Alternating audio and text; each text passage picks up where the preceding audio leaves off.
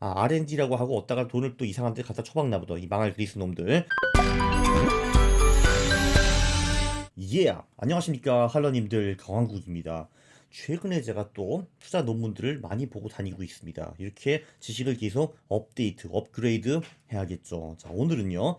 테슬라, 아마존, 구글, R&D를 많이 하는 기업이 장땡이다라는 소재로 또 영상을 하나 찍었습니다.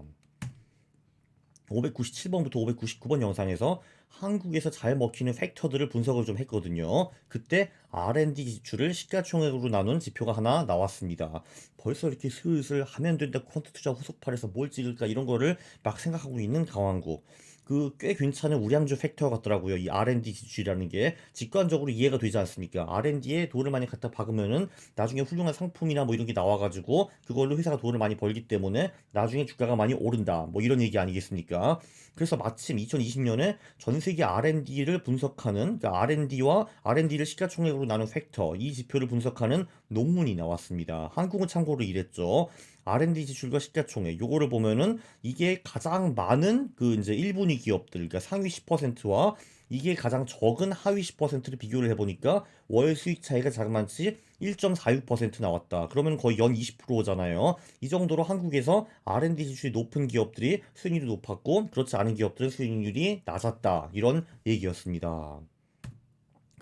이 논문에서는 1981년 7월부터 2018년 6월까지 21개국 데이터를 분석을 했고요. 한국도 물론 포함되어 있습니다. 뭐 그 논문에 보니까 이런 말이 나오더라고요. R&D가 기술 혁신의 기반이다. R&D는 경제 성장과 복지 개선에 절대적인 영향을 미친다. 하고 뭐 애덤 스미스, 마셜 케인스 등도 당연히 R&D의 중요성을 인지했으며 심지어 마르크스와 엥겔스도 자본주의는 새로운 상품과 과정이 있어야지 살아남을 수 있다라고 강조를 했다라고 합니다. 그렇기 때문에 아무래도 시가총액 대비 R&D가 높은 기업들이 좋을 거라는 거는 우리가 생각을 해볼 수 있습니다. 물론 좋다는 거는 수익이 높아야 된다는 거죠. 우리는 돈 벌기 위해서 주식을 하는 거지, 뭐 이 기업이 잘 나가고 이런 거는 크게 관심 없지 않습니까? 그렇죠. 그 논문이 이겁니다. Corporate R&D and Stock Returns, International Evidence라고 나오고요. 장지 89페이지 논문인데 다행히도 이 중에서 50페이지는 뭐 숫자, 도표 이런 게 많더라고요. 네, 여기서 이제 커웨이 후 이분이 오하이오 대학에 계신 중국계 그 교수시고 이분이 좀 유명한 것 같고요. 나머지 분들은 제가 잘 모르는 분들인데 이분들 논문도 슬쩍 찾아봤더니 괜찮은 논문들이 많더라고요. 이것도 좀 보일 생각입니다. 할 거 많아, 할 거 많죠. 그렇죠. 자, 어쨌든 각국은 시가총액 대비 이 정도 R&D에 투자를 한다라고 합니다. 1980년부터 평균이겠죠. 근데 보면은요, 1위가 이스라엘이에요. 이스라엘은 시가총액의 13% 정도를 R&D에 박는다라고 하고 있고요. 2위는 캐나다, 그리고 3위는 독일이었고요. 3위가 독일이었고, 네, 그 뒤에 프랑스도 꽤 많이 갖다 붙는 편이고, 그 다음에 의외로 이태리가 있네. 이태리도 있고, 미국도 R&D에 투자를 상당히 많이 하는 편이었고, 한국 기업은 좀 적게 하는 편이었습니다. 이 21개 국가 중에서 17위였고요. 네, 총 평균이 그 시가총액의 5.5% 정도를 R&D에 갖다 박는다라고 했는데 한국은 2.97% 정도 갖다 박았습니다. 물론 이런 기업들은 좀 예외겠죠. 자, 이제 본론으로 들어가면은 자, 이거를 그 R&D를 시가총액으로 나눈 지표, 그냥 제가 R&D 지표라고 하겠습니다. R&D 지표로 이 모든 주식을 5분위로 나눴다. 그러니까 상위 20%, 하위 20% 이렇게 보면요. 1분위 수익이 5분위보다, 그러니까 상위 20%가 하위 20%보다 월 수익이 1% 이상 높았습니다. 여기 나오죠. 1.02% 이렇게 보고요. 대충 보면은 이게 글로벌, 요게 소형주라고 보시면 되고 이게 대형주라고 보시면은 가장 간단할 것 같습니다. 네, 어쨌든 소형주는 차이가 굉장히 많이 나는 편이고 대형주는 차이가 좀 덜 나긴 하는데 그래도 0.5% 차이가 나고 있고요. 네, 그리고 그 절대 수익도 보면은 자, 글로벌 소형주 R&D 그 상위 20%가 월 수익이 1.97%, 상당히 높죠. 그렇죠. 상당히 높은 걸로 볼 수가 있습니다. 대형주도 절대 수익이 월 1.2%, 굉장히 높습니다. 이 컨트리 뉴트럴이라는 건 뭐냐 하면은 각 국가에서 이제 줄을 세웠을 때, 그러니까 글로벌이라는 거는 예를 들면 뭐 글로벌 기업이 5만 개가 있다라고 하면은 5만 개를 줄을 세우고 R&D 지표가 높은 그 만 개 기업과 밑에 있는 만 개 기업을 그 비교 분석을 한 건데, 컨트리 뉴트럴이라는 경우에는 이제 국가별로 한 겁니다. 예를 들면 한국의 기업이 2,000개 있다라고 하면은 상위 20%는 R&D 지표가 높은 400개 기업, 그리고 하위 20%는 R&D 지표가 낮은 400개 기업, 이렇게 해가지고 요거를 분석을 하는 거겠죠. 네, 그렇게 해도 꽤 잘 결과가 나온다라는 것을 볼 수 있습니다. 그러니까 국가 안에서도 R&D 지표가 높은 상위 20%와 하위 10%를 비교하면은 차이가 한 월 0.6% 정도 난다라고 볼 수가 있어요. 대형주는 0.5% 이렇게 나고 있습니다. 네, 그 다음에는 소형주를 한번 보죠. 한마디로 이게 소형주고 이게 대형주거든요. 여기서 또 흥미로운 거는 소형주는 그 수익 자체가 좀 높습니다. 21개국을 보면요. 수익 자체가 절대 수익이 자체적으로 높은 거를 볼 수가 있는데 그 안에서도 또 한 번 그 등수를 나눠가지고 R&D 지표로 상위 20%를 구분한다 하면은 얘네들이 수익이 제일 높은 걸로 나옵니다. 월 2.5% 정도 나오네요.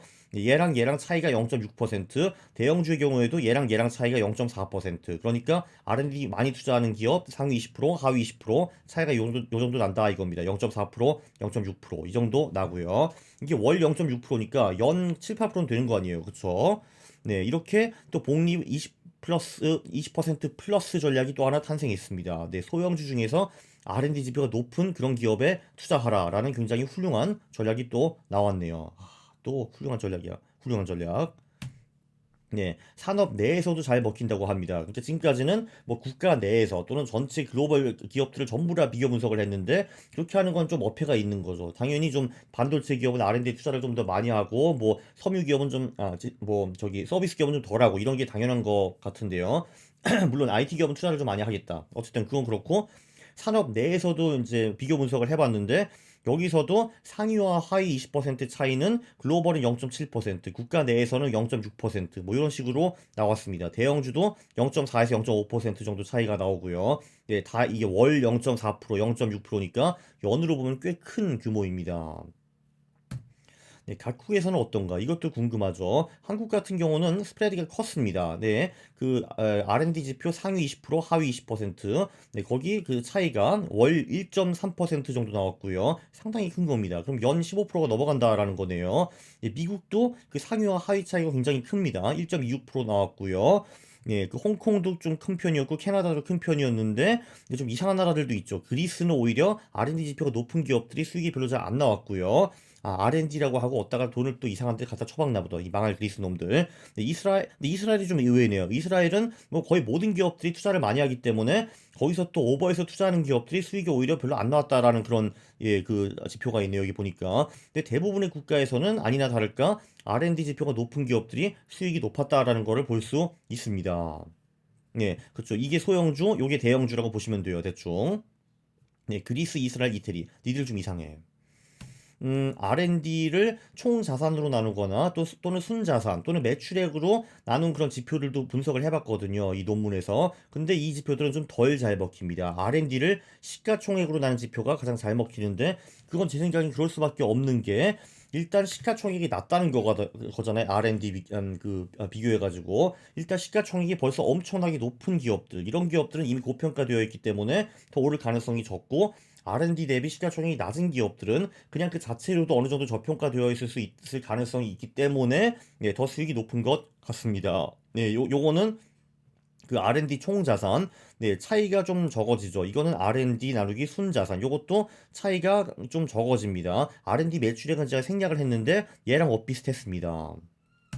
네, 요약을 하면은 제가 그 독일에서 근무를 할 때 히든 챔피언 얘기가 많이 나왔어요. 그게 이 독일 교수인 하르만 지먼 씨가 쓴 책이거든요. 히든 챔피언이라고 한마디로 잘 알려지지 않았는데 전 세계에서 1위에서 3위 그 점유율을 차지를 하고 그런 기업들이에요. 그리고 매출액이 뭐 그 5조 이하 뭐 이런 기업들이었는데 독일에 이런 기업들이 1600개가 있다라고 하죠. 그 책에서 이제 나온 게 뭐였냐 하면은 이런 기업들은 뭐 매출액이 6% 이상을 뭐 R&D에 투자를 한다 이런 게 나와가지고 저는 그런가 보다 했는데 그때 이제 그걸 아이디어 삼아가지고 이런 논문들을 찾아보고 백테스트를 했으면 매우 좋았겠다라는 생각이 좀 들었습니다. 자, 어쨌든 여러분들 기술주 투자 아주 좋아하시잖아요. 뭐 테슬라니 구글이니 아마존이니 뭐 페이스북이니 넷플릭스니 이런 것들 그거 하기 전에 이 R&D 지표 를 한번 계산해 보시는 거, R&D를 시가총액으로 나눠보는 거 한번 추천해 드립니다. 그리고 비슷한 다른 테크 기업들과 비교를 좀 해봐야겠죠. 그래서 거기에서도 테슬라, 아마존, 구글이 압도적으로 우세하다 하면은 뭐 투자할 수 있을 거라고 저는 봅니다. 왜냐하면 지금 R&D가 내년이나 내후년에 수익이 되니까요. 그렇죠. 네, 한국, 미국에서 특히 잘 먹히는 지표이고 윈너는 소형주 플러스 R&D 지표가 높은 그런 기업이라고 보시면 될 것 같고요. 각 국가 각 산업 내에서도 대체로 잘 먹힙니다. 그리고 R&D를 총자산, 순자산 매출액을 나눈 지표는 조금 별로였다라고 볼 수 있고요. 벌써 교묘한 홍보를 합니다. 4년 후에 낼 책을 벌써 지금 교묘하게 홍보하고 있습니다. 네, 이 영상도 제가 보기에는 개별주 투자하시는 분, 기술주 투자하시는 분들에게는 굉장히 유익했거든요. 동의를 해주시면은 구독을 눌러주시고, 그리고 좋아요를 누르는 겁니다. 싫어를 누르면 제가 매우 싫어합니다. 감사합니다.